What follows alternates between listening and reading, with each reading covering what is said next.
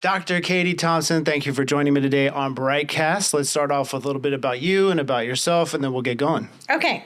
I am a chiropractor and a functional nutritionist. I did my training for chiropractic in St. Louis at Logan College of Chiropractic. Okay.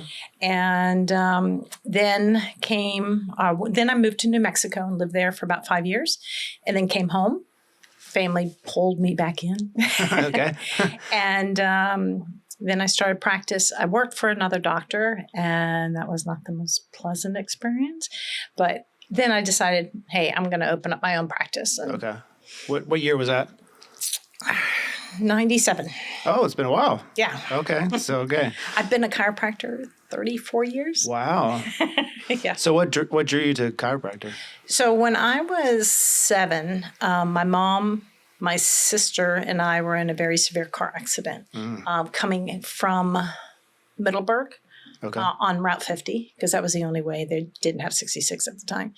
And a car pulled out in front of my mom during winter weather. She tried to avoid, and we got hit by a semi and knocked around several times. My sister broke her neck. Oh, wow. What I did not know was she could not feel her legs, and she had a punctured lung. I didn't know this till much later. And I was in the back seat with a girlfriend of mine, and no one thought to check us out. And about a year later, I started developing these really bad headaches. My mom took me to doctors, and they'd examine me and say, nothing's wrong. And at the time, they didn't go, oh, it's just in her head. Let's put her on psych meds. They didn't have that kind of thing going. So fast forward, I was 9, and I was at a horse show. And my pony just came trotting out of the ring and tripped. I didn't fall. He didn't fall. And I had such severe pain in my low back. Wow. Mind you, was a little bit of a drama llama. But it was just horrible. And I was like, okay, this really hurts. So what they did is they had me, the EMTs that were there, had me ride my pony between 2 trucks. And they put me on a backboard and then flipped the backboard back and took me off my pony because I was like, I can't move. I'm afraid to move. Yeah.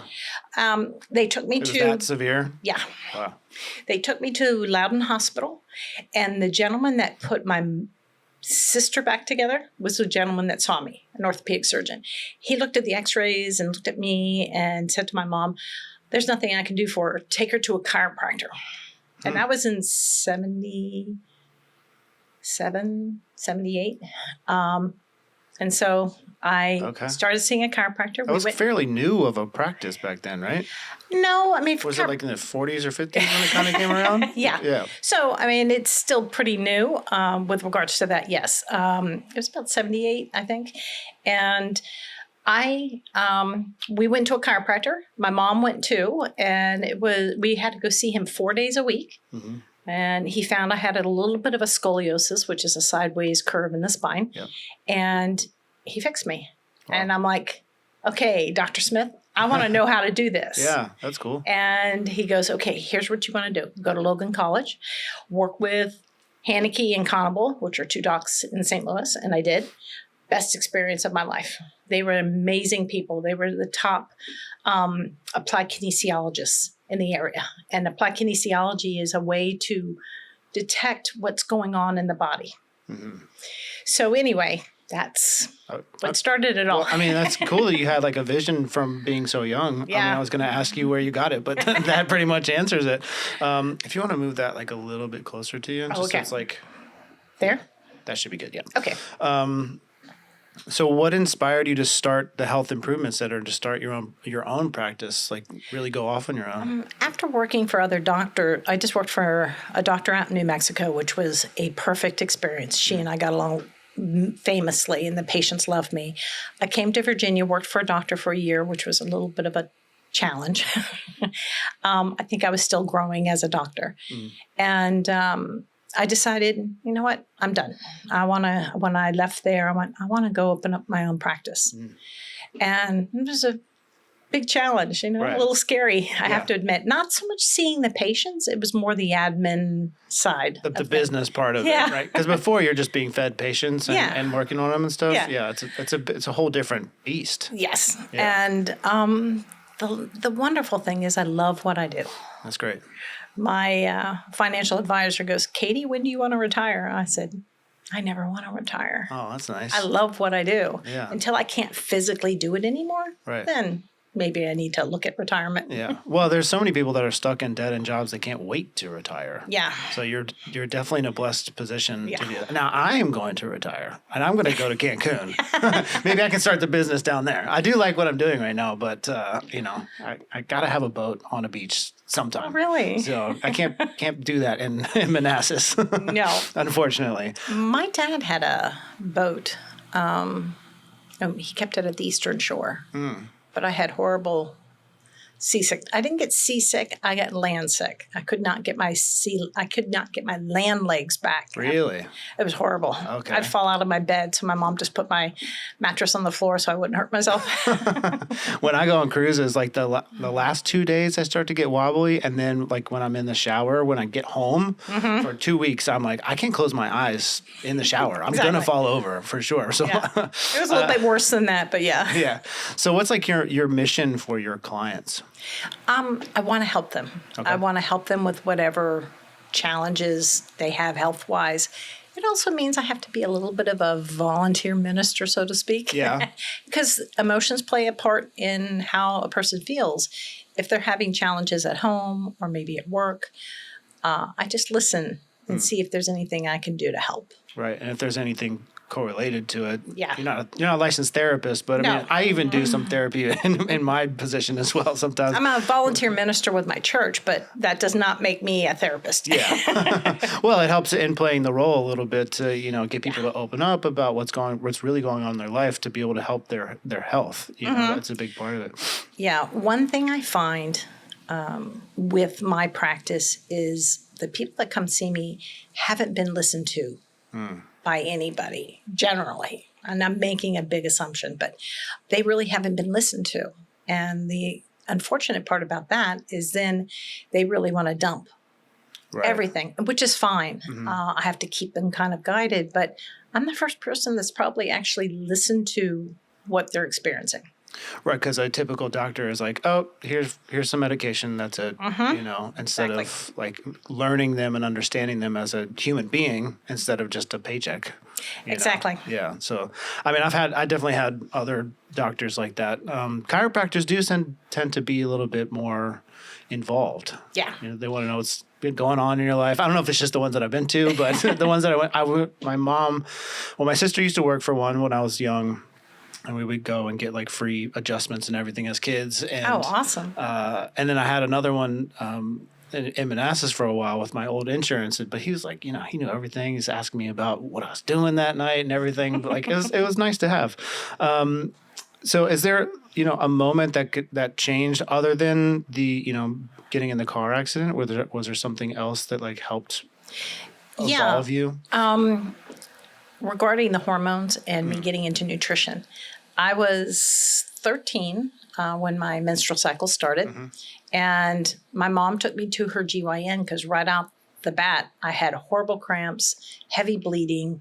I know, TMI, but it's important. It is what it is. It's real life. And I was just in pain. I missed literally 2 weeks of school because all I did was bleed. So I talked the GYN out of doing an exam because I was scared to death. But he said, I think you need to go on the birth control. We didn't know any better. So I wasn't sexually active at 13. Right. But I went on the birth control pill and wow, what a change. I still had a lot of heavy bleeding when I'd had my cycle, but I didn't think anything of it. Well, then when I was out in New Mexico, I realized, hey, I can't be on this medication anymore. It just felt like the pot calling the kettle black. And I was like, nope, I can't be on this anymore. So I went off of it cold turkey and everything came flooding back. The heavy bleeding, the cramps. And I'm like, oh, this is just terrific. So I went, what can I do to resolve it? And I started seeing a nutritionist who happened to also be the doctor I worked for. And we cleaned up my diet, which, yes, was a train wreck. But my mom tried to teach me how to eat right, but I did. Yeah. I battled against that a lot. Most people do. So she put me on a program, and little by little, I started to improve. And now What age were you at around then? 24, 25. Okay. So I felt so much better. I was like, wow, this is what it's like to have a menstrual cycle where you don't know that you're going to have it and you don't feel the cramps. I get a little crampy, nothing horrible. A moment back, my GYN, when I went to him and told him I went off the pill, he goes, well, if you get any cramps, just take 4 Aleve. Yeah. So I did. Okay. My poor liver. Sorry, liver. Yeah. But But that was probably every month for multiple days. Yeah. Usually just the first and second day. Yeah. And then I would clean up. So that's what got me into nutrition and then also specializing fast forward in hormones because I've been there. I know what it's like. Right. And now I just had a monumental birthday last week. I'm now 60. Okay. Congrats. Thank you. Looking great. Thank you. I don't feel it. I don't act it. I don't look it, I don't think. But it threw me for a loop because I'm like, I never thought of myself as being 60. But anyway, I'm going through menopause, no problems. Wow. No hot flashes, no night sweats, no. I figured I paid my dues during my menstrual cycle. So I'm like, Well, you also dialed in nutrition and other things Yes. to when you got to that point. absolutely. The only time I had a cramp later was I had a hot flash once. And I was like, wow, that's an interesting experience. It's kind of like having your own private summer. And my dad passed, and then I had one menstrual cycle. I'd almost been done, almost was in menopause. And then I had a menstrual cycle. I'm like, oh, I've got to start all over. But there you have it. Yeah. So like when someone's hearing about your business for the first time, what should they be thinking? How do they find out about you? Like what's different about you than, some other functional medicine person? Okay. First of all, most people hear about me because they were referred. Oh, yeah. That's about all the marketing I do is by referral. I am doing a lot of videos. I have a YouTube channel. I'm working on getting that more robust. And I also have a Google My Business page. That seems, if anywhere, that's where people come from. They'll go, oh, I saw you on Google. And I'll say, well, so why did you pick me? You had the most reviews and the most positive reviews. Yeah. I have 77 reviews and Right, they're that's all great. 5-star. Right. And there's only so many people that do what you do around here as well. And that helps. And then I have a niche of helping women's hormones. And it's not just menopause or perimenopause. It's also the menstrual cycle because the problems in peri and menopause start back when the girl's having her menstrual cycle. Do you find that there's a big, for other people that go off the pill cold turkey, do you find that there's a lot of hormonal changes in them that need to be fixed? Yeah. And when they're on hormones, I have to be careful because I'm not a medical doctor. I can't tell them, Right. oh, just go off of your medication. I tell them, encourage them to go and talk to their doctor. Most of them will just go, I'm just going off of it. Who cares? I'm like, don't be careful. Yeah, I mean, it can be quite a change for people. There could be mood swings, and they can have other complications, or they're cycled more often. Sometimes that's what happened to my wife when we were trying to get pregnant. Like we were trying to use the app, and it was different every month. But she was on it for 20 years, right? Yeah. Or however long. So that really had an effect on her. So not being a traditional medical doctor, what approaches make it different that you do? One, I do a lot of chiropractic, but the other is I do what's called functional nutrition. So I do a technique called applied kinesiology, which is muscle testing. And muscle testing, this is very simplified. Muscle testing helps me to identify what organs and glands are stressed in the body, and then I find what nutritional needs that person needs. Okay. And then changing their diet.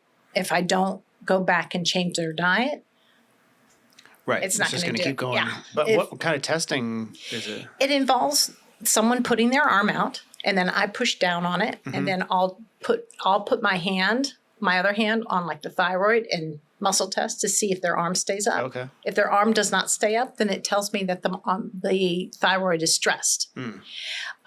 It could be they could come to me and say, hey, I got all the thyroid panel done and it says I'm normal, but I can find it, but it could be subclinical and it's just not showing up in the blood work yet. So that's why I think blood work is a little bit of a challenge to use as finding the source of the issue, because by the time you do that, there can be a lot of other things going on. Right. Yeah. So, I mean, with like a thyroid, it could be lower, but they normally had been like a high functioning thyroid before or something. Or just normal functioning. And then now they're having weird symptoms that they can't explain. Hair loss, weight gain, losing part of their eyebrow, that kind of thing. Okay. So I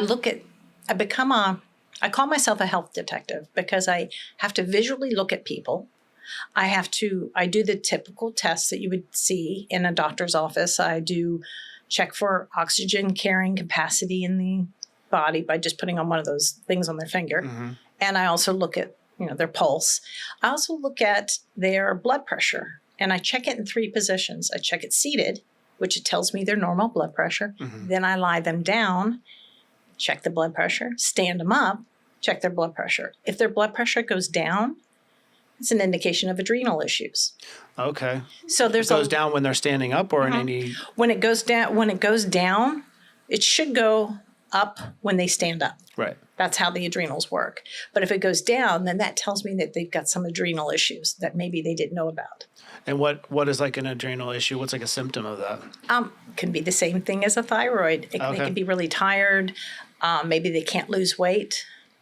And the problem is a lot of people will go, well, I went to the doctor and had my thyroid checked, ran all these blood panels, and this is what makes me different, is they run all these blood panels and then they're all normal. Yeah, because they have this range, but if a bunch of that's the standard thing that doctors do. Oh, you're fine. Yeah, and they don't feel better. And they're like going, well, this is crazy. Unfortunately, I become the kind of the last resort, which is a shame because by the time they come see me, now they got more problems than just adrenals. Right. And let me just step back for a second. The adrenals are a pea-sized organ that sit on top of the kidneys. They're your fight or flight. If a lion came in here, we'd either attack it or run as fast as we could. Yeah. to I would do the latter. Although if it was down here, we're not getting anywhere. So that's important. That tells me that their adrenals are not working like they should. So I can help them with that. But then there's just so many other things that can impact that. So I have to really, it doesn't mean I don't do blood work. I find it actually when I see someone for the first time, just getting them on a program for 3-6 months, then I might do some blood work because then I can identify deeper things. Right. But I don't want to open up and have them on 20 different pills. Right. I try to limit how many supplements they're on initially. And usually kind of get a baseline. Exactly. Yeah. And then they come to me with a pile of supplements that they've gotten at Costco, Rite Aid, Giant, Whole Foods, and they're garbage. They're all synthetic. It's important what you put in the body. So I use a company called Standard Process. They are a certified organic farm. They grow 80% of everything that they put in their bottles, their capsules, their tablets, etc. And I've been to the farm 3 times. Oh, wow. I know the owner. I know his son and his daughter quite well, and they're good friends, and that their facility is so clean you could eat off the floor. I mean, these are bar none the best products. They've been around since the 1940s. They were one of the first supplement companies in the United States. Okay. Which are not many now. And it's called Standard Process. You can look them up online. Really good products, and that's what I use to help my clients. Okay. You just get them like a multivitamin to start, something simple? Sometimes. I have a hierarchy of things too. When someone comes to see me, sometimes I need to do a digestive support because their guts are messed up. Their stomachs, they're bloating. Again, bloating above the belly button versus below the belly button. That could be a telltale sign that they've got a gallbladder issue if it's above the belly button. So these are all things that are in a nutritional exam that help me to steer where I need to go. Right. That help me see what I need to uncover with my magnifying lens if I'm a health detective. Yeah, I've been taking that I can't remember the name of it, the enzyme thing for about a month now, and I can definitely tell, again, TMI, but I'm definitely more regular. Good. You know, and That's it's the not purpose. like less like, you know, even if I eat something bad, it's less like hesitancy to run to the bathroom, that sort of stuff. And I know it's only been a month, but I can only imagine, like, you know, 6 months from now, if I continue on it, how much, because I've always had like, I mean, from 13 or so, always had like gut issues and stuff. And I had tons of anxiety about it over the years and everything. And it's like, that's not what you want to deal with. Well, that's not normal for a kid to deal with either. Right. I do have some clients whose kids don't want to poop in public. Like they don't want to poop at school. Yeah. So they hold it, which then creates a big problem. That could be part of the problem. Because my high school, they didn't have, there was kids like would go smoke in the stalls, so they took all the doors off. So like I don't, other than once when I had to, like I'm waiting the rest of the day. Oh my God, that's horrible. Shout out Osborne Park. So who's like an ideal client for you? Just a woman going through menopause or just struggling with hormones? A woman 25 to 65. Okay. They could be anywhere in the gamut. They can have menstrual problems. They could have perimenopause, menopause. They could maybe just not feel like themselves. And I really want to help those people because they don't have a solution. They unfortunately look at influencers on Instagram or Facebook to try to get an answer, or even worse, they go to Dr. Google. Right. Or Dr. ChatGPT now. Yeah. And they're told, oh, you know, I have that too. Well, that makes it common. It doesn't make it normal. So when you go through menopause, when you go into perimenopause or menopause, there should be no symptoms. My mom went through menopause, had no symptoms. You know what her GYN said? Oh, you're in menopause. We should put you on hormone replacement therapy. And my mom looked at him and said, why? Because she had 0 symptoms. Yeah. And that's the way it should be. Some of my sisters have not been so blessed with having 0 symptoms. I think I'm the only one that hasn't. But I think I paid my dues, as I said, on my cycle. Are they on like, I don't want to say strict, but are they on like protocols that you were already, like, you know, in terms of your health being ready before you got to that point? I was getting there. Okay. So for me, I had fought the battle when I was younger. My diet was not good. So I had to really clean up the diet. And the biggest thing in my diet was sugar. Yeah. As it is for most Americans. Candies, cakes, cookies, ice cream, soda pop, bread, pasta, rice. Those all, they're either sugar or they convert to sugar. Right. And when you have a lot of that creates inflammation. And what is perimenopause and menopause? It's also a lot of inflammation. There's a lot of change in the hormones. You know, progesterone is going down, estrogen is going down. And putting somebody, sorry, I'm going to get on a soapbox, but putting somebody on hormone replacement therapy, I just can't think with. Or even better, bioidentical hormones. They're natural. No, they're not. Your body is doing this because this is the natural cycle. Right. And people are trying to modify it. Doctors are trying to modify it. Women are trying to modify it. It's part of life, but it doesn't mean you have to have the symptoms. Right. And that's where I come in. Just getting more estrogen is not necessarily going to stop the symptoms. No. It's just going to make you maybe feel better, give you more energy, possibly? Possibly. I'll tell you a story. I had a woman come in to see me. She was 75 at the time. There was a study out that showed that hormone replacement was causing cancer. And I still agree with that study, although a lot of other medical doctors would disagree with the study because they went through and studied some of it and kind of tried to disabuse the idea that that was the case because they want to sell more hormones. And she goes, she was mad. She was an angry woman. And she goes, my doctor, I won't use the cuss word she used, she goes, my doctor took me off of hormone replacement therapy and he has no idea what I'm going through. I'm having hot flashes and night sweats like I did when I was in my 60s. And she was one of my first clients that I had. So I had to learn a lot from her. Right.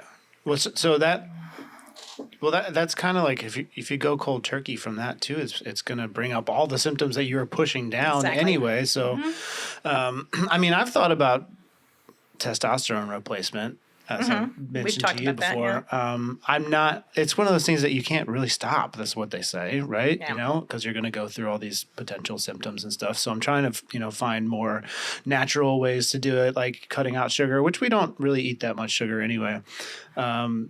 But what are your thoughts on like that for men? Is it the same sort of thing? Same sort of thing. Yeah. You're kicking the can down the curb. You're not addressing the problem by taking testosterone. There are ways to change how the testosterone works and to change that whole pathway. And part of what I did with you, if you don't mind me saying, is I put you on some essential oils and also some supplements to help that. Right. And that's what I would do for a guy and guys unfortunately go through menopause. It's called andropause. Oh, really? Yeah. Their testosterone starts to lower and they start to not have a sex drive or they just don't feel right. They start to gain weight. Look at all the actors, like Will Shatner, some of the, I can't think of any other actors at the moment. Will Shatner came to mind, but their face, you can see they've gotten very heavy. Yeah. And they weren't heavy before. Right. Hormone changes. Okay. And it's not just let's throw them on testosterone. It's their hormone changing. And it's a cycle. It's what our bodies do. Right. Why do we want to fight that so much? Why not let it happen? But it can happen symptom-free with changing the diet, getting the sugar out. And that's what I probably preach to my clients every day. Right. Get the sugar out, get the sugar out. And it's a slow process. I know, I've been there. Hello, I'm a sugar addict. Yeah. So it's just a slow process, right. But you can do it. Yeah. And it's really just like the first couple weeks of doing it. Because we started, it's a book called Primal Blueprint. We started that a few years ago. Gosh, maybe 6 or 7 years ago now. Just cutting out lots of sugar and breads and stuff like that. And immediately I lost like 15 pounds. Meanwhile, your wife probably lost 5. And she's like going, exactly. I hate you. Yeah, exactly. So, I mean, it still sneaks in there. We have like cheat days and or weekends if it's, birthday parties and stuff like that. But overall, we've reduced our sugar a lot. No sodas or anything like that. Like water, coffee, that's pretty much it. So what are the most common health issues that clients come to you for? Hormones, but also digestion. Okay. Sleep issues, that they're not sleeping or they have difficulty falling asleep or staying asleep. I use the supplements, but I also use the essential oils from doTERRA to help with that. And the other is concussions and TMJ issues. TMJ, interesting. Yeah. Okay. As a chiropractor, when I was young, I had I was riding somebody else's horse, and the horse reared up and hit my jaw and threw off my alignment in my teeth. So I was working with my chiropractor and my dentist to fix. And I had to wear braces at 20 years old. Fun. That was not fun. Stylish then as well, I'm sure. Oh, yeah, really stylish. And so what are like the main causes of TMJ? Because I think my wife is struggling with that. It can be you're grinding your teeth at night. Yeah. Or you're just clenching your teeth all the time. It can be you had a hit. What caused mine, I believe, was that injury, but also I had a really bad fall off a horse. The pony, I was getting on him and he had been abused. So I was working with him to let people get on him again. And I'd finally gotten him to the point that I could get on him by myself. We were in a ring that was right next to a road. Some yahoo went flying by honking their horn. And the pony freaked out, running right for a stone wall. And it suddenly turned, and I hadn't fully gotten on him, and I went through the stone wall. Ooh. Luckily, I had a hard hat. If I hadn't, I wouldn't be here. Yeah. That's but wild. I think that also contributed to the TMJ, even though the TMJ was much later. Because I would yawn, and then my jaw would get stuck. Oh, okay. And I learned how to just calm down and not freak out, and it would go back. And so I mentioned that to my dentist. I mentioned it to my chiropractor. How long would it stay open?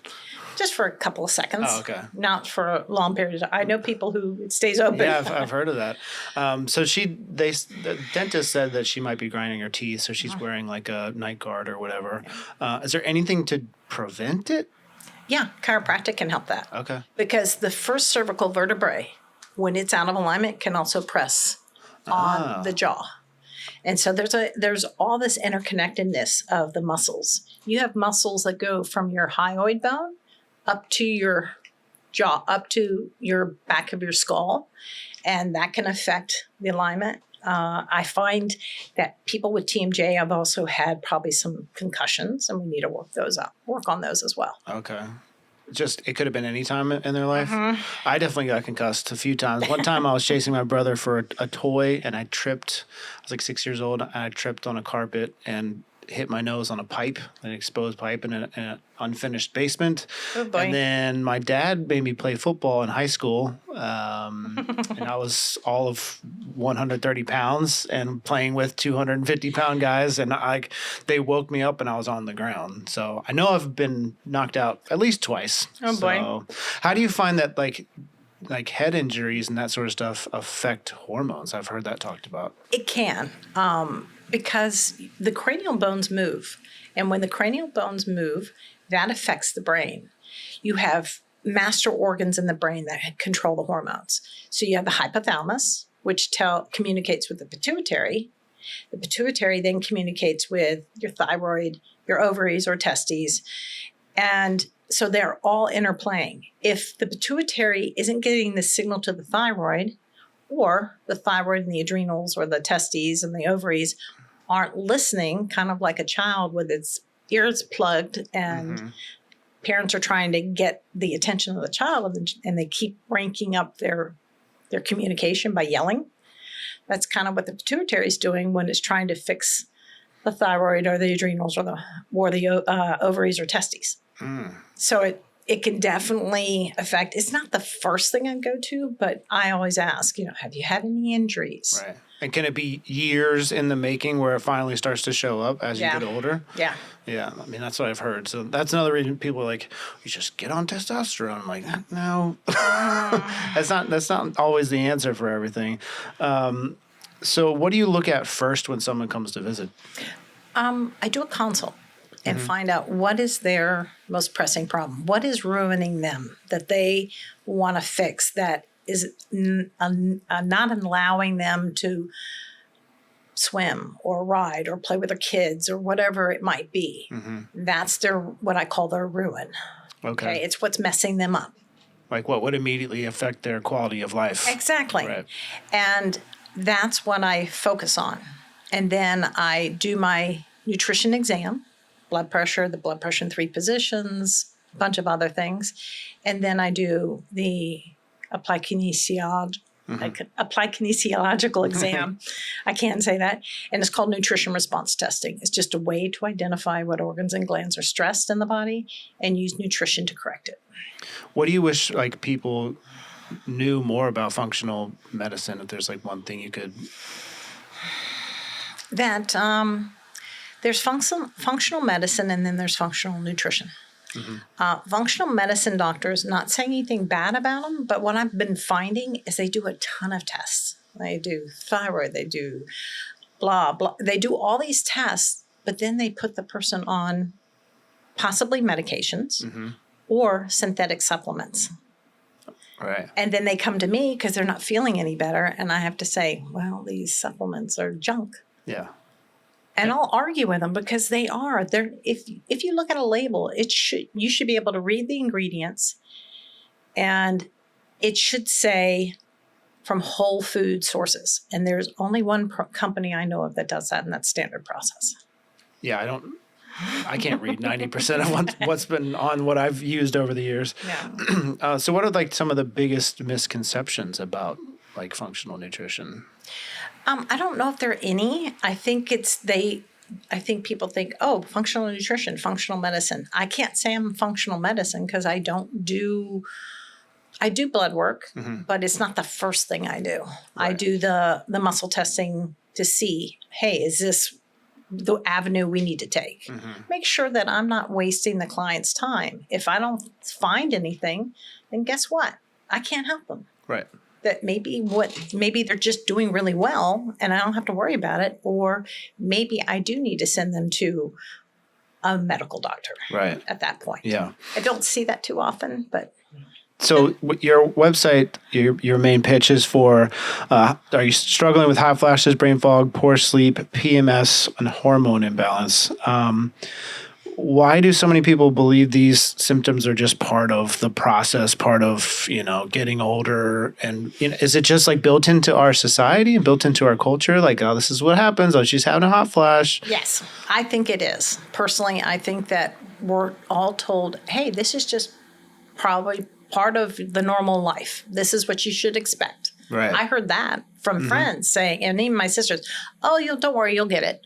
Like I asked my sister the other day, when she came, one of my sisters actually comes in to see me while she's here, which I find really cool. And she goes, well, don't worry, you'll feel that too. And I'm like, no, I won't. It was about... Don't curse me like that. It was about her posture. Two of my sisters have really horrible posture. They're all slouched like this. I try to. And I said, I won't. And she goes, what makes you think that? I said, because I've been seeing a chiropractor since I was 9 years old. I know how my posture should be. Plus, riding horses, it enforces that upright posture. And I always watch my posture. It was one thing everyone would say when they meet me. She has really nice posture. That's nice to get a compliment. Yeah. I had good posture until I started working corporate America, and then I would just just sit down and it's over the years I developed like snapping scapula over the last few years. So I need to do like chiropractor and or like scraping. Whatever that's called. I did that. I went to PT a couple years ago, and it helped for a season. But then it just came back because because you're not balancing the muscles around the shoulder. So what applied kinesiology does, it's like a functional neurology. It helps me to find what muscles are supporting your scapula and which ones aren't. You've got a ton of muscles around. Exactly. Is it the rhomboids? Is it the levator? Is it the subscap? Is it, I could name off a whole bunch of muscles, and that's what I would check. I'd go through and check every single muscle around your shoulder, find out which ones are weak. It doesn't mean that they're not getting their muscles you're working out, but they're not getting the brain connection, and they're not turning on when you go to activate them. And that's why you get that scapula that clicks and pops.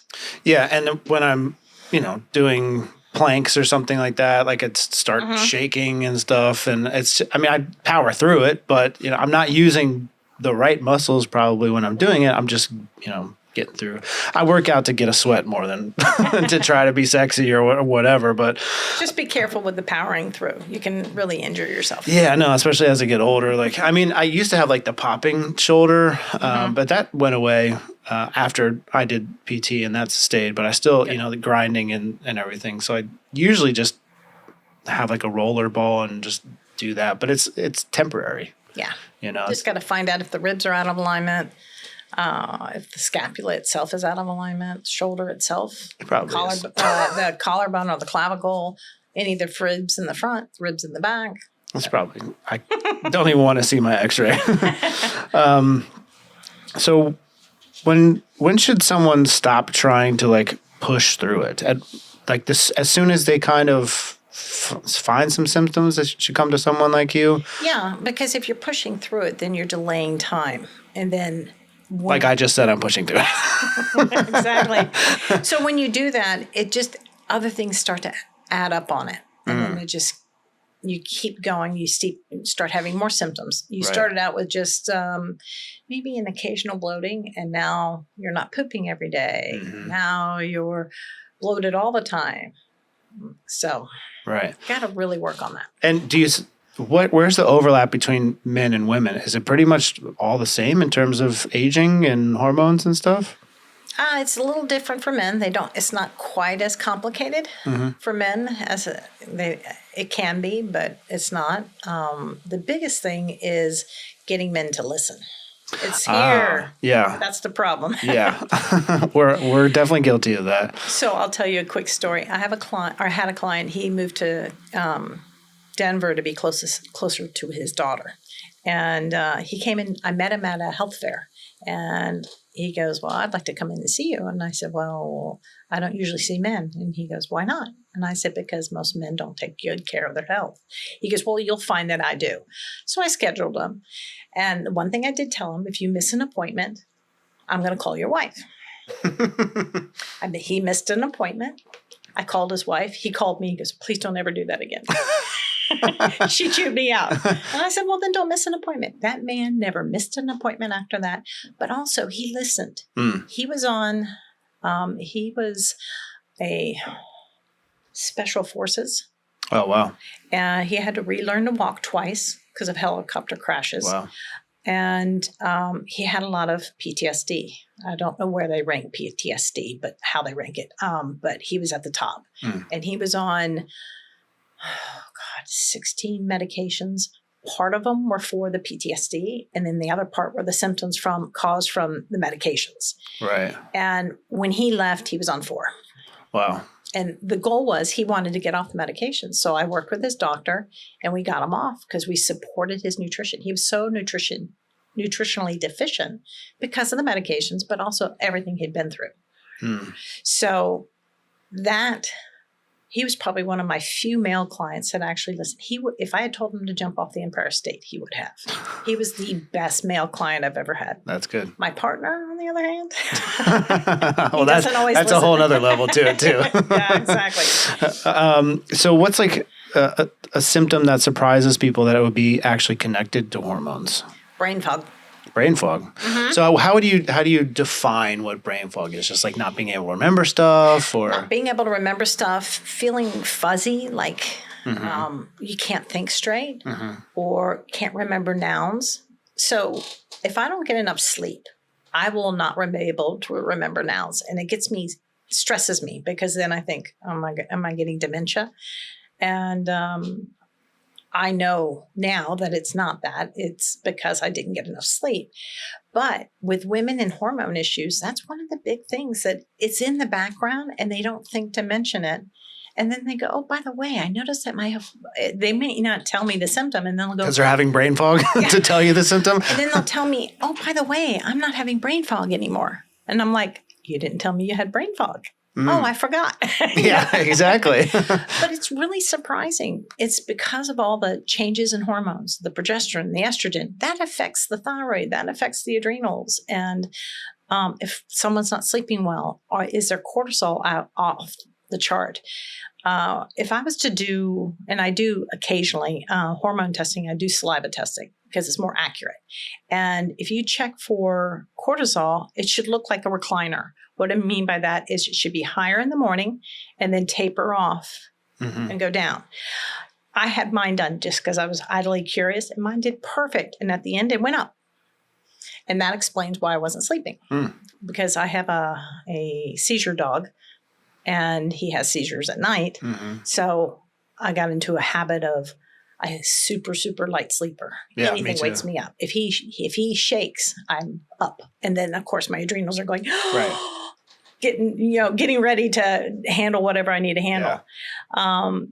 So it's really, I'm using myself as an example because the brain fog was real, but it was partly from sleep. And it was also hormones. It may not have been estrogen and progesterone, but it was cortisol that was off the chart. And then we had an elderly dog, and we would have to wake up in the middle of the night to, she might have peed or pooped in the bed or whatever. And like that spikes. And then you're hard to go back to sleep after that because your adrenaline, I guess, is going at that point. And then, so what does a normal sleep look like? You want to get about 7 or 8 hours of sleep. You want to go to bed about 11 o'clock at the latest, because if you go past 12 or 1, then you don't get that restorative sleep. Okay. And sleep is probably one of the most important things, second only to getting sugar out. Because if you're not resting and healing, which is the purpose of sleep, then what I do or what other doctors do, we're going to be fighting it the whole time. And that's a key thing that I have to work on with my clients, because sometimes they, I get 5-6 hours of sleep. I'm like, oh boy, here we go. How many times, let's say you sleep for 8 hours, how many times should you be waking up? None. I haven't slept like that since college, being drunk. Seriously, I mean, it's not as bad now, but there have been seasons where it's like 10 or 12 times a night I'm waking up and that's not good. Yeah. I mean, I'm waking up once, and I know why, because I drink about 10 ounces of water before I go to bed, because all of a sudden I'm like, I'm really thirsty. Mm-hmm. And then, right. But you can also look at what time you're waking up. There is a clock. Okay. A 24-hour clock. And every 2 hours, each organ has its time that it detoxes and cleans up. The liver is between 2 and 4. Okay. The large intestines are between 4 and 6. So someone who has explosive poop usually will have it at 4 to 6 o'clock in the morning. Mm. Someone who's waking up between 2 and 4, it can be liver. It can also be blood sugar. Because what is the one thing everyone has usually before they go to bed? I don't know. Ice cream. Oh, yeah. Some sort of sweet. Yeah. Some sort of sweet. Yeah. Well, that spikes the sugar in the middle of the night. The liver has to deal with it. Excuse me, I'm pointing to the wrong side. The liver has to deal with it. And what does it do? It pops you up. So people don't, when people wake up, when women wake up especially, they're not waking up because they have to pee. They wake up because their liver's going, hey, I'm stressed. Then they get up and go, oh, I need to pee. Right. Okay. So you could have slept through that if your liver wasn't. Okay. Yeah. So what if you wake up at between 2 and 4 and then every hour after that? It becomes habit. Speaking from, not speaking from experience. There are a lot of things. The first thing is making sure that you're not drinking water too late at night, mm-hmm. Making sure you're getting to bed at 11. There are essential oils that help with sleep. So I tell clients to reapply the oil when they wake up. Okay. And that helps. You have to train your body to not wake up, because it becomes habit. Me, it's habit. Because I'll wake up, and it's mostly because I'm looking to see where McCartney, my greyhound that has seizures, where he's at. And lately, he's now decided that he doesn't want to use the stairs. So I'm glad we bought a small bed to put downstairs. Yeah. So now I think one of us is going to have to sleep downstairs because he can't use the stairs. How old is he? 10. Yeah. That's Because tough. last night he barked for half hour, and I finally gave up and went downstairs. Well, our little dog, she's a little 10-pound dog. We had to put her down on the ground in like a crate. Because she would just get up and just walk around all night long. And sadly, since she's passed, I am sleeping better, and I'm having like really good dreams and stuff, and lucid dreaming and stuff that I've been trying to work on, and we can talk about that at some point. Yeah. Let's see.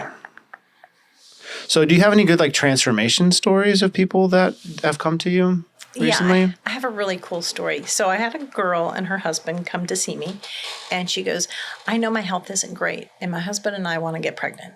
And I said, great. I said, first thing, I think you need to wait. Okay. Give me a year before you start to get pregnant. So we've been working on different things that came up with her health. She wasn't in horrible shape. She just needed some guidance, getting the proper nutrition, making sure she was pooping every day, making sure she was sleeping. And I was about to tell her on that next visit, hey, I think you can start getting pregnant. And she comes in and she goes, we're pregnant. Oh, wow. And her son was born a year ago, and he is the second youngest child I've ever adjusted.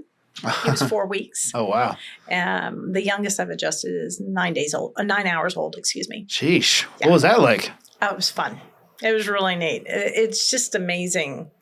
Kids can respond to chiropractic so well, and they get better so quickly under chiropractic care. And I really encourage my clients who have kids, get them adjusted.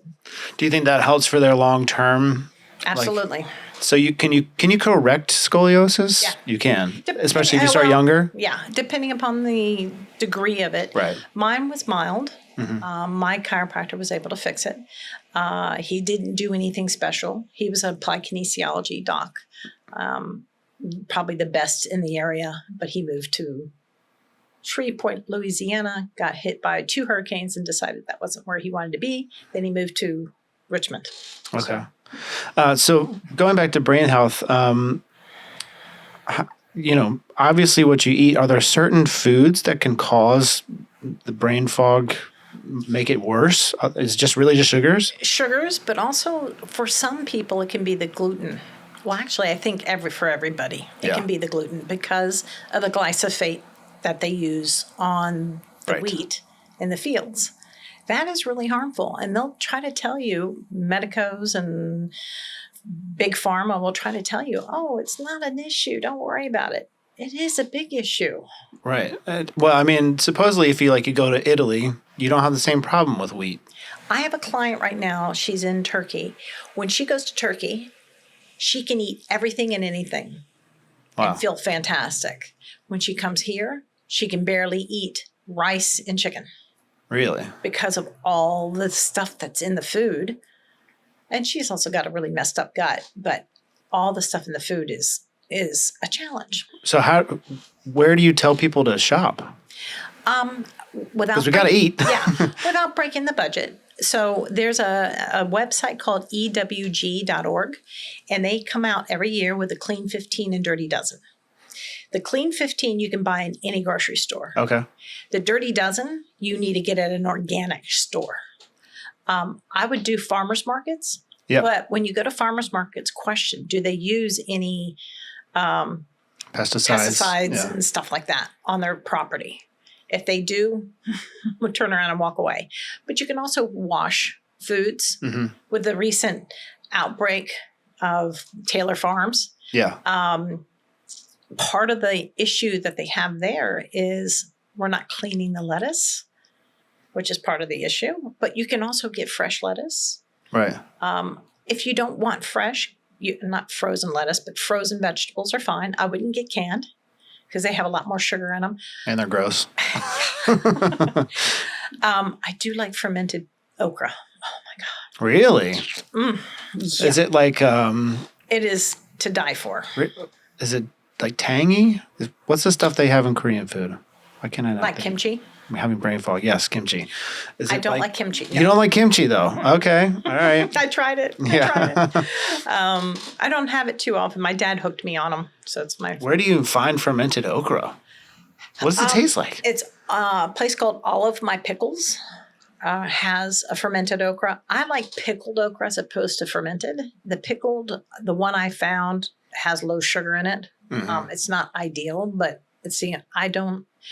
I advise people to eat fermented food. It's good for them. I don't like sauerkraut. I don't like kimchi. I've struggled with trying to eat fermented foods. My least favorite food in the world is pickles. Oh, really? Not pickled things. Pickled cucumbers specifically. Because I hate cucumbers.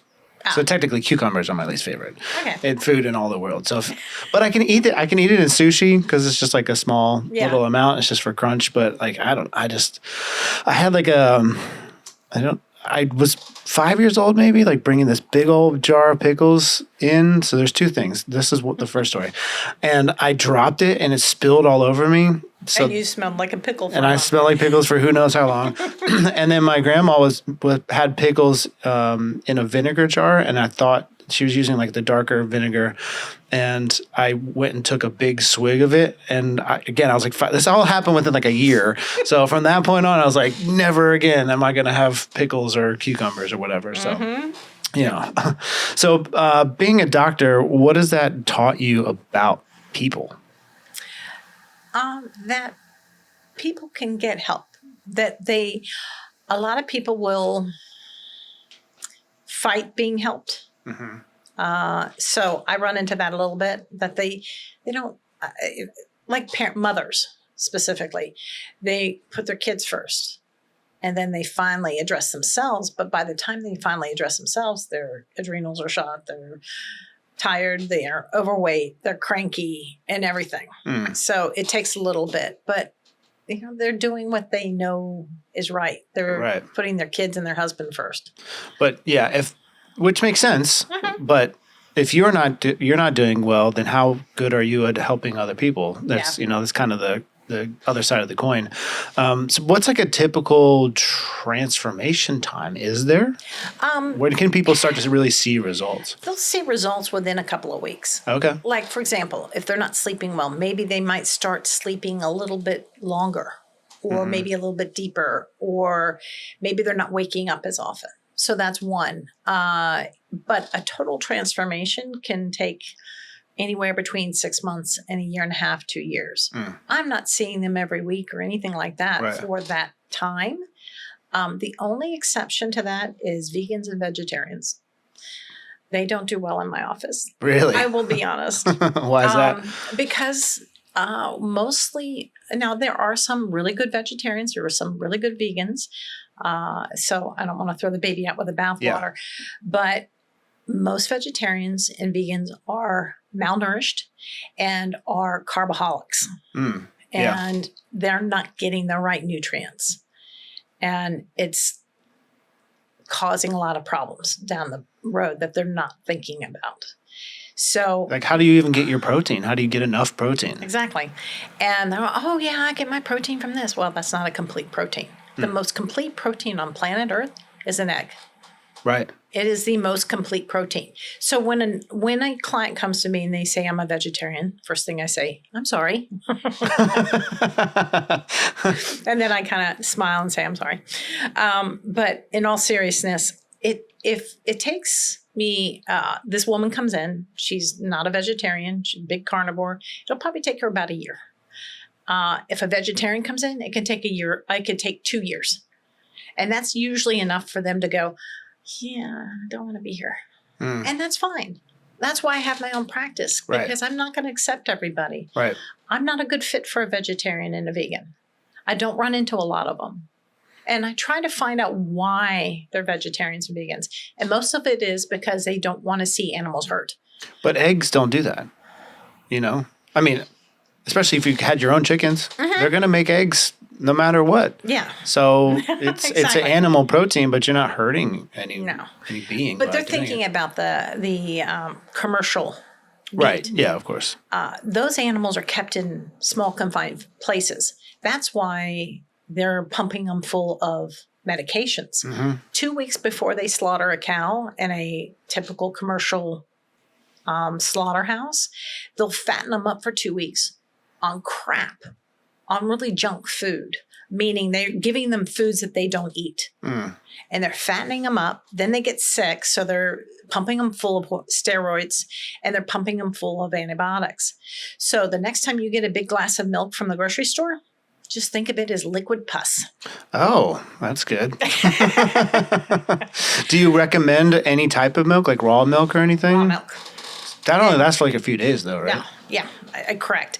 Raw milk, it can last 4 or 5 days. It's non-pasteurized, non-homogenized. In Virginia, in the state of Virginia, you have to have a herd share, which means you own a cow. And I used to get my milk that way. I don't drink much milk anymore. Yeah, I don't either. I do occasionally like a glass of milk at night. I don't know why. It's just a thing. But I'll do like the A2 protein. It's not the best, but because we were blowing through, we got 2 gallons a week. And we had to go and pick it up. It just was not convenient. Right. But I love raw milk. Raw milk is I don't know if I've ever had it, to be honest. It is like nectar's from the god. It is seriously just absolutely clean. Are there farms around here that offer that? Yeah, there's a farm called Golden Valley, Guernsey. It's in Rixieville. And I actually went to their farm and met the cows. Oh, I love cows. So they're Guernsey cows. And Guernsey milk has the closest, that milk has the closest protein to human protein. So people who are allergic to milk or have a sensitivity can drink that raw milk, the Guernsey cows. The first time I ever had raw milk was from a I don't remember what kind of cow, New Jersey cow or something like that. And, Hey. and I just, sorry, and I tasted the grass. And Yeah. I'm like, this is not for me. But then when I tried this Guernsey milk, I'm like, oh, dude, this was amazing. It was so delicious. And the couple that started the farm, they did it because they had 9 kids and they were going to the grocery store all the time for milk. Mm. And then they had 1 cow, which turned into 2 cows, which turned into 50 cows. And they were all Guernsey. And Guernsey makes the best milk. Could you make ice cream out of that? Oh, yeah. Okay. Ice cream, buttermilk, cream, sour cream. Yeah, because I'm not lactose intolerant, but sometimes if it's a certain type of ice cream, I can tell. And the nice thing about the Guernsey farm at Golden Valley Guernseys is they have drop-off locations here in Manassas, which makes it beautiful. Oh, yeah. Okay. So it's really convenient. That's I'll nice. get you the information. So getting on to like the essential oils and stuff, what made you kind of add the oils doc as like an extension of the business? It actually had to do with one of my greyhounds. I saw a bump on my greyhound Norman. He was about 10 years old at the time. And I couldn't go because I had to see clients. So I had my boyfriend take him and he called me and he goes, it's cancer. And I'm like, oh, great. And it was a mast cell tumor. And in my vet, who's a holistic, she said, well, I have to tell you this. We could chop off his leg. But what I would recommend is we try some different things. And one of the things she had recommended was essential oils. Well, a girlfriend of mine who practices the exact same way I do up in Michigan had just turned me on to essential oils. So I called her and I said, hey, Jen, what can I use on my greyhound? And she reached out to a woman who I now know. Her name is Dr. Rourke. And she's in Texas, and she's the essential oil vet for doTERRA. And doTERRA has a vet board. And she said, frankincense and lavender mixed with some fractionated coconut oil so doesn't sting. And we did that twice a day for 30 days on top of putting him on a completely raw diet. Cancer was gone. Wow. And he lived to 14. Wow. How old was he at the time when? 10. Wow. So he was a dynamo. The only reason we had to put him down is he just couldn't get up anymore. Yeah. And was falling all the time. Yeah. Oh, that's the worst. Yeah. That's the worst. Our dog went into kidney failure, and it was like, it's time. But she was 17. Yeah. That's great. She had a great life. So what's like? Some people say essential oils, like, oh, how do we know if it works? Like, is there like proof in the pudding? Yeah. Well, here's the thing: is most people think of essential oils. They think of they smell good. But specifically, I can only talk about doTERRA. doTERRA is the cleanest, and they are the number one essential oil company in the world. The reason why is when doTERRA first was developed, the owners, which are 7 of them, they were trying to find a clean oil. And they would get these bottles, and they have a whole video on the doTERRA website, which is really cool. I'll geek out for a minute. And they had all these oils that they tried, and they just didn't smell right. And then they'd do a gas chromatograph to see what was in them, and there was a lot of chemicals in them. And they're like, if we're going to do this, we need to make sure we're getting the real thing. Right. So they developed a standard. It's called CPTG, Certified Pure Tested Grade. They take every oil that comes into their facility, they take it and they do 54 steps to determine that it can be labeled CPTG. Then they also send it out for third-party testing. So this oil is exactly what it says on the bottle. If you get a bottle of frankincense, it's bottle of frankincense. And as a matter of fact, you can go on the bottom of the bottle and there'll be a little label there. You go to sourcetoyou.com and you can find that oil. You just put in that code and it'll tell you when it was sourced, where it was sourced, and all the constituents of the oil. And you'll notice that there are no fillers. They never use fillers. So you're getting a very pure oil. So with that in mind, this oil is going to work amazing. If you put it on your skin, it's going to take probably about 15 minutes to work. If you smell it. Now remember, your olfactory nerve, your olfactory bulb is right here. And then that goes to the limbic system in the brain. you can affect a change in the body within 5 minutes. Oh, wow. If you take it internally, which with doTERRA's essential oils, they work best when taken internally. For example, I take frankincense every morning. It's an adjustment to get used to the taste because it's very strong, but I put 2 drops underneath my tongue. I chase it with a little bit of coffee. What does that do, and why would they give Jesus that when he was born? Because it helps the brain. It helps the nervous system. It helps to strengthen it.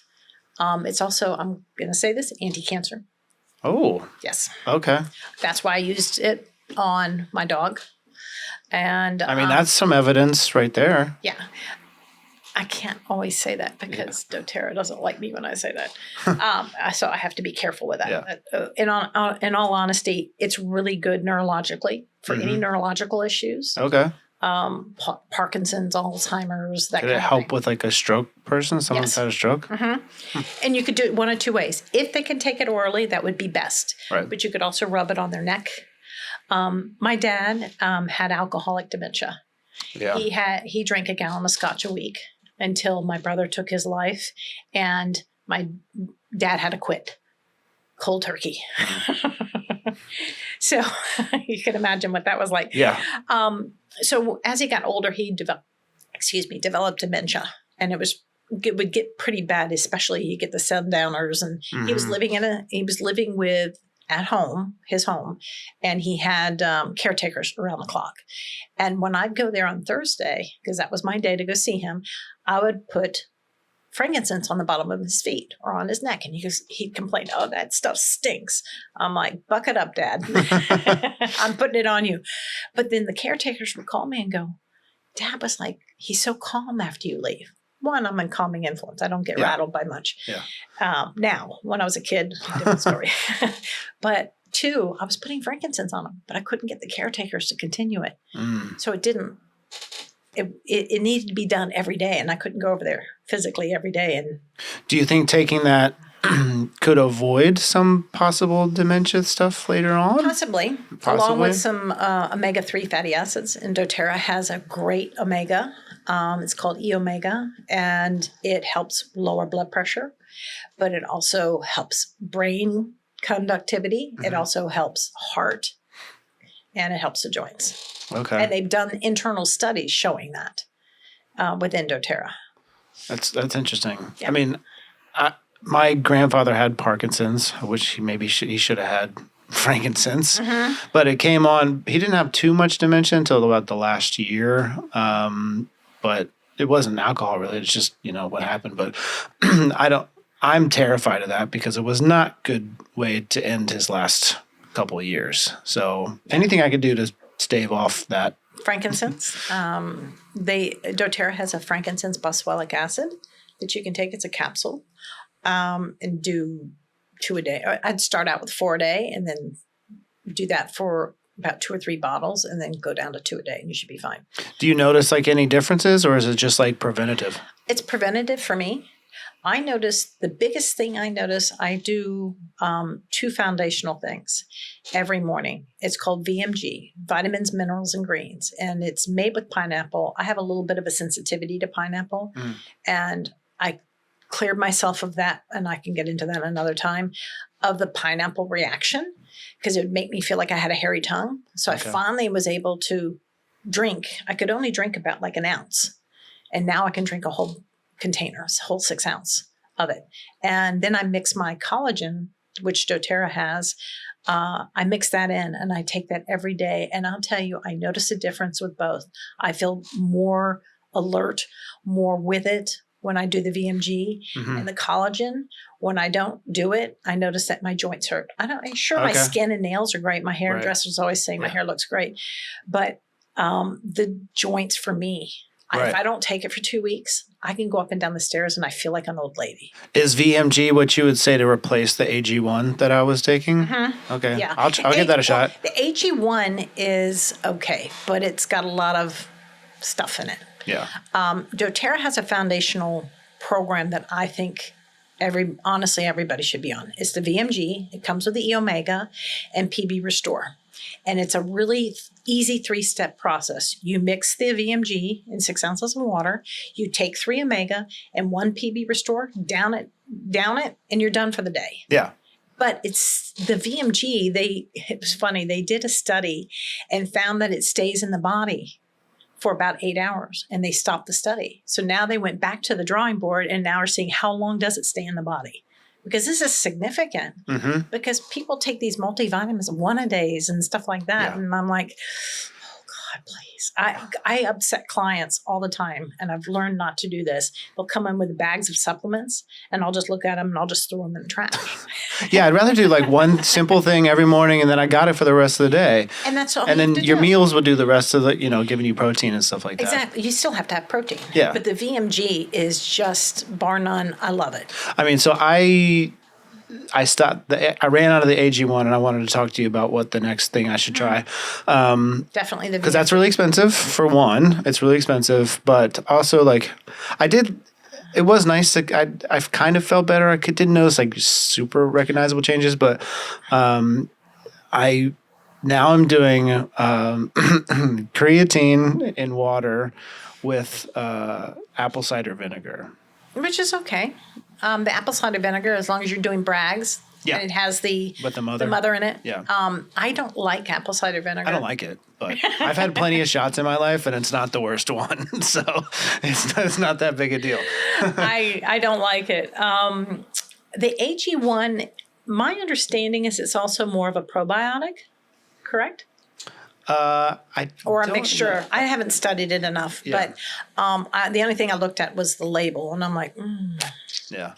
But that was my impression, so maybe I'm wrong on that. But what I love about the doTERRA's Foundational Wellness Kit is it has the PB Restore, which helps to fix the gut. And I'm talking the gut, not the stomach. Mm-hmm. But what's nice about it is most probiotics dissolve in your stomach. So they maybe a little bit trickles down into your gut. This is a double encapsulation, which doTERRA has patented. And the external one, the first capsule breaks up in the stomach. And then when it gets to the small intestine, starts to open up and helps. Okay. So that's really important. And just one a day. It's easy peasy. Yeah. I don't mind a morning ritual of any sort. So what's like the biggest health mistake people make in their 30s, 40s, moving into 50s, you think? Oh, wow. I was thinking about that and going, how would I answer that? One, I think I could say I did this. You just think you can eat anything and doesn't really matter about taking care of yourself and sleeping and all that. If I saw my younger self, I'd say just get some sleep. Don't go out in Georgetown and party and then come home with your girlfriend and eat a thing of Haagen-Dazs before you go to bed. Yeah. Taco Bell was mine. Guilty pleasure. Mine was Haagen-Dazs. Yeah. Or going to the French restaurant and having a croissant and hot tea. Oh, yeah. Yeah. Because that's all we could afford. So what are like the main things, like the pillars of like long-term wellness? There are several. And when I write my book, which I'm working on, it's awesome. The working title right now is the Health Detective, because that's what I consider myself. Yeah. And I like it. And I want other people to be their own health detective. What they can see to help uncover. But anyway, the pillars that I want to cover in that book are, the biggest thing is digestion. Right. Digestion starts here. If you just slow down your eating and eat intentionally. Don't eat having an argument. Don't eat stressed. Don't eat in front of the TV or in your car. The reason for that is that you're eating while you're in sympathetic mode. You want to be in parasympathetic mode. That's your calming and relaxing. So have a nice dinner. Sit at the kitchen counter or sit at the kitchen or dining room table. Make it an experience. Sure, not all of us have the time to do that, but try to do that when you can. It's important. Digestion. You're going to need a digestive enzyme, especially if you eat out a lot. You're going to need a digestive enzyme, like the Terrazyme that you're taking. Yeah. Excuse me. If you're not eating out a lot, then you can pare down. You can kind of crank down on the amount that you take of the Terrazyme because you're eating the food that you're creating. Right. That would be one. Digestion. Sleep is another. We need 7 to 8 hours of sleep, good high quality sleep, not difficulty falling asleep or staying asleep. That can be fixed with supplementation and essential oils. That would be the second pillar. Third pillar would be hormones. Got to make sure those hormones are working okay if you're at that time of life. Mm-hmm. Most of the time, women are fine. They don't need to do anything hormones. But then when they're having trouble, that's when we need to come in. And it's better to be preventative. So start it when you're menstruating. Just start to work on making it good. Because by the time you get to my age, it's already the horse has gotten out of and you're trying to shut the gate. Yeah. So that would be digestion, sleep, hormones, seeing a chiropractor on a regular basis. Honestly, I see a chiropractor about every month and a half. Okay. I have an active business because I'm having to adjust clients. If a client is sitting all the time, they need to see a chiropractor. Which most people are sitting all the time. And we need to get, one thing I counsel my clients on who are working in corporate America is making sure that their position when they're seated is good. They're not crossing their legs. You can cross at the ankles. Or if your legs are too short, get something underneath your feet. But do not cross at the knees because that throws your pelvis off. Okay. Or don't sit on your wallet. Yeah, I have a front pocket wallet. Good. Yeah. Well, I didn't for a long time, and then I was like, my back was hurting and everything, and Think of that. When you put in a wallet, it's usually about an inch or two thick, and then that puts one side of your pelvis up high, kind of like crossing your legs. And then if you're sitting for 8 hours a day, it's only a matter of time until it starts to irritate something. And then look at all the kids nowadays. I'm a people watcher. I love going into airports when I'm waiting for a plane and looking at posture. And it's terrible for 90% of people. And the kids are like this. Yeah. And they're down on their phones like this. And I'm like going, oh my gosh. Or don't even get me started on what they're eating. Well, you'll be working for a long time. You'll have a practice. A couple of years ago, I was on a plane and I saw this mother who was obviously overwhelmed. She was by herself. She had 2 kids. And she was really pregnant. And I'm like, I wonder why she's flying when she's so pregnant. But anyway, and I'm watching her feed her kids goldfish and soda for breakfast. And I'm like, oh, that's not going to be good. When we landed in Florida, I saw the little boy just upchucked all over her. Ooh. It got in her shoes on the floor. And I'm like, I'm out of here. I don't handle vomit. I'm like, no, I'll let the stewardess deal with that. So what's been the hardest part about having a practice? Is it just the admin stuff and all the, you got to do the marketing, you got to do all that stuff? I'm a one-woman show, so I do everything. Yeah. I don't like the marketing, but I've learned to like it. Right. I look at the insights that all the social media have. And I used to do just regular posts. Mm-hmm. I found that my videos have increased my attention. Yeah, absolutely. So I'm now going to I had a virtual assistant for about 6 months. Mm-hmm. She was terrific. She'd edit and then caption my videos. Mm-hmm. I'm going to have to do all that myself. Okay. But it'll be really... I got some tools for you. Okay, cool. Yeah. And that's something I'd love to talk to you about.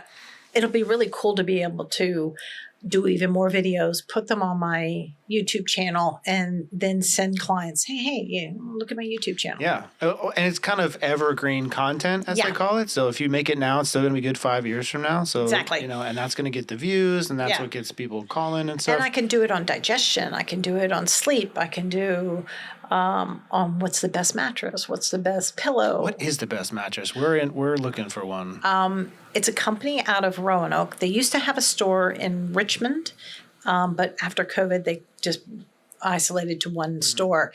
Sleep Essentials. Go on there, look them up. You can get a 5% discount. Tell them you're seeing me. Say you're seeing a chiropractor. They'll give you a 5% discount. Right. I think it's at the time when I bought my mattress, it was $2,800. And it's just... That's not too bad. Some of them are like $5,000 now. It's a king size, latex-free, organic mattress. Okay. And I love it. I've had it since 2012 or 13. Oh, wow. So it's held up really well. Mm-hmm. I called them and I'm like, is there anything I should do? No, you're good. Huh. And it's been fabulous. And you sleep well. I sleep really well. We went and Aside tried. from my dog. Yeah. Well, we looked at like nectars and purples and stuff like that. Go to Sleep Essentials. You can call them. He has a Mattress 101 YouTube. Okay. And he used to be a regular mattress guy. And he saw all the stuff that they put in regular mattresses and was like, I'm not going to sell this. Then he went to Sleep Number and Tempur-Pedic and realized, first of all, the Tempur-Pedic, if you get one of those beds, if you don't keep your bedroom at like 65 degrees and lower, Yeah, it's hot. it will squish down the padding and it won't hold. He found that the Sleep Number's off gas. Really? Yeah, which is not healthy. What does that mean? That means you're getting a lot of chemicals you don't need. We have a sleep number. Yeah, I don't like them. This Sleep Essentials, you can put it put it on just a boards, or you can get I don't have a box spring, so it's just on the boards. Mm-hmm. Or you can get it with a box spring. It might be a little bit more expensive if you get a box spring. Yeah. You can probably go to the store if you want to just take a drive to Roanoke, 5-hour drive or something like that. But you could also just look at them online and talk to the person. Mm-hmm. They're very knowledgeable, and they'll say, with me, they said, well, do you like to sleep on your back or your side? And I said, both. And they said, you'll want option 2, not option 1, because option 2 is softer. Yeah. And it was perfect. Okay. We'll have to check that out. We're going to get one before the end of the year for sure. Go really seriously look at Sleep Essentials. Okay. So what are your goals over the next few years? Just keep doing what you're doing? Yeah. I want to see more people. Mm-hmm. I have a goal of seeing 40 client visits a week. I'm at about 20 right now. Okay. When I moved about 6 years ago from Vienna, where I'd been since I opened in 97. Mm-hmm. I came home one day in tears, and my boyfriend's like, what's wrong? And I said, I can't do this drive anymore. It took me 2.5 hours to get home. Oh, yeah. From Vienna to Manassas. Yeah. I'm like, I'm done. He goes, well, why don't you just we have a space. Why don't you just have it see your client? Oh, no, I'll lose all my clients. I lost 20%. That's been it. So I haven't really done a ton of marketing here. Yeah. So I need to grow again. Yeah. Because a lot of my clients that I was seeing like weekly have now gone. Because they were out there and they don't want to drive. They don't want to do the 2 hours either. Actually, I still have clients that come from Maryland and from Virginia, from Vienna and Oakton area. They can still come to see me. But now I don't see them as frequently. Right. They're down to once a month or every 3 months. Mm-hmm. So I just need to get more new clients. Yeah. And I love working with people. I don't always love I don't have much admin. I'm completely digital. So that's the easy part. It's getting the new clients. Right. And sometimes you get a new client and they come in, they're all excited, and then they don't want to spend the time. You tell them no sugar, they keep breaking that. And then they don't want to put the effort into it, which kills me. Yeah, at something, if you get like doing clips and stuff, like for TikTok, for example, they're doing, if you put the name of the city that you're in like the main caption and then also the description, it's going to push it to people in Manassas. Oh, see, I don't do. I think Instagram's TikTok. Doing the same thing. Okay. So and We'll have to talk about YouTube. that. So just that's something to try to get like the local presence. Oh, that would be awesome. So like as we're getting close to wrapping up, and do a little lightning round for you. Yeah. Coffee or tea? Coffee. Coffee, of course. Black? No, I use heavy whipping cream. Me too. Oh, all right, awesome. No sugar. Morning person or night owl? Night owl. Yeah, me too. That's the cortisol stuff. What's like a favorite healthy snack? Actually, carrots and hummus. Okay. Like a good garlic hummus or something? No, just a plain old hummus. Really? Okay. Or pickled okra. I mean, my pickled okra. Oh my God, I love that stuff. So when Giant moved, they used to carry it. Now they don't carry it anymore. So I have to get it at like O Market or something. I'll have to try that. What's one supplement you wish everyone would use? The foundation kit from doTERRA. Okay. Because that's the baseline. That's your base, and then you can do targeted nutrition around it. And that way you're not having to take nearly as many supplements. Yeah, I'd rather just one and done. The whole day's covered. 90% of it at least. What's your favorite essential oil? Is it frankincense? I have 3: frankincense, balance, and copaiba. So frankincense is for nerve and cancer. Yeah. To say that I'll quietly. bleep it out. Nerve, just really making sure that the brain is working. Nerve. I always think of that when anybody has any neurological issues. Balance is a real calming ground. Actually, I take that back. I like Shinrin Yoku. What's that? That is the most heavenly oil. It's probably my favorite oil. I'll take that back. Frankincense and Shinrin Yoku. Shinrin Yoku is an oil that I recommend to guys because it is, you can wear it, you can't ingest that one because it has oils in it that you can't ingest, but you can diffuse it. It lowers cortisol. Okay. It lowers blood pressure. Oh. It does a lot of things naturally. Like I diffuse it with my boyfriend. I take him through a whole nutritional program, and then he goes, I should tell you I don't swallow pills. That's about ready to kill him. So he's on VMG, and he will do the E Omega because he can chew them, and he can swallow the PB Restore. If it's only one pill, he can do it. Yeah. So he does that, and then I have him diffuse his Shinrin Yoku at night, and it's lowering his blood pressure. Really? Yeah. Mine was on the high end. Yeah, the E Omega will help, but also my Shinrin Yoku. Oh my God, it's called the foresting blend. It's a grounding blend. The gentleman who helped develop it, he's on the medical board. His name is Dr. Riggs. I just adore him. He's the coolest guy. He did a whole class on it at a leadership class I went to, or leadership event I went to, and Japanese, they do a lot of foresting. And what they mean by foresting is going in the forest, hugging the trees, walking barefoot, just grounding themselves. This is what that Shinrin Yoku mimics. Okay. And it is just such a lovely smell. You just put it in like a diffuser. Okay. You can also diffuse it right from the bottle or put it on your hand, rub your hands together and just cup your hands over your nose and mouth. Okay. And breathe it in. Okay. It's amazing. And then copaiba is also shown when you take it internally. They have soft gels. It will change the body structure, even if you're not on a diet. It actually it seems to physically change. Also helps with pain. So you can use it topically if you get the oil, or you can do the internal. The only other one I'd say that I love, that if you get the foundation kit, you'll get this with it, is peppermint oil. So every morning, instead of coffee, sometimes, because I can take or leave coffee, I'd rather have water. I put 2 drops of peppermint oil on my hand, rub my hands together, and breathe it in. And cup my hands over my nose and mouth, assuring that I don't get my fingers in my eyes. And I just breathe that in. And it's such a nice aroma. I don't like the taste of peppermint, but smelling that, it just opens up my senses. Even when I haven't slept really well, like last night, because I slept on the couch, because my darn dog wouldn't go up the stairs. That helped. I feel more energetic. I feel like, oh, okay. So those would be my 4 oils: frankincense, Shinrin Yoku, copaiba, and peppermint. Okay, I'll have to try some of those. So for the last question, what is one thing that from today's conversation that you would like for people to take away from it? Oh, wow. That's a hard one. Be gentle on yourself. I think we are our own worst critics. Truly. I know I've been very hard on myself. And I think we need to be more gentle. Yeah. Just take one step at a time. Baby steps. If someone is trying to get off of sodas, for example, one of my sisters was addicted to soda. All she ever drank. She drank 12 diet sodas a day. Holy moly. Yeah.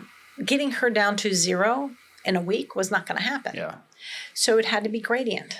Right. So if someone has that many sodas, I just say, okay, I get their agreement. Can you do 10 sodas this week instead of 12? Yeah, I can do that. Or maybe, no, I can't do that. Okay. And we just start tapering it down. She now proudly came up to me. This was several years ago. She came up to me. She goes, I'm not on sodas anymore. Awesome. Now she drinks a lot of tea, which But that's better, way better. Yeah. And she drinks water. So she's always been a good water drinker, but it's just funny. Yeah. Well, that's So- awesome. Well, thanks so much for coming today. Thank you. I This love was talking awesome. to you. And I'll put all your links for everything so people can reach out to you. But thanks again. Thank you Awesome very much. This conversation. is my first podcast. I love Woo, it. you did a great job. Awesome. Thanks.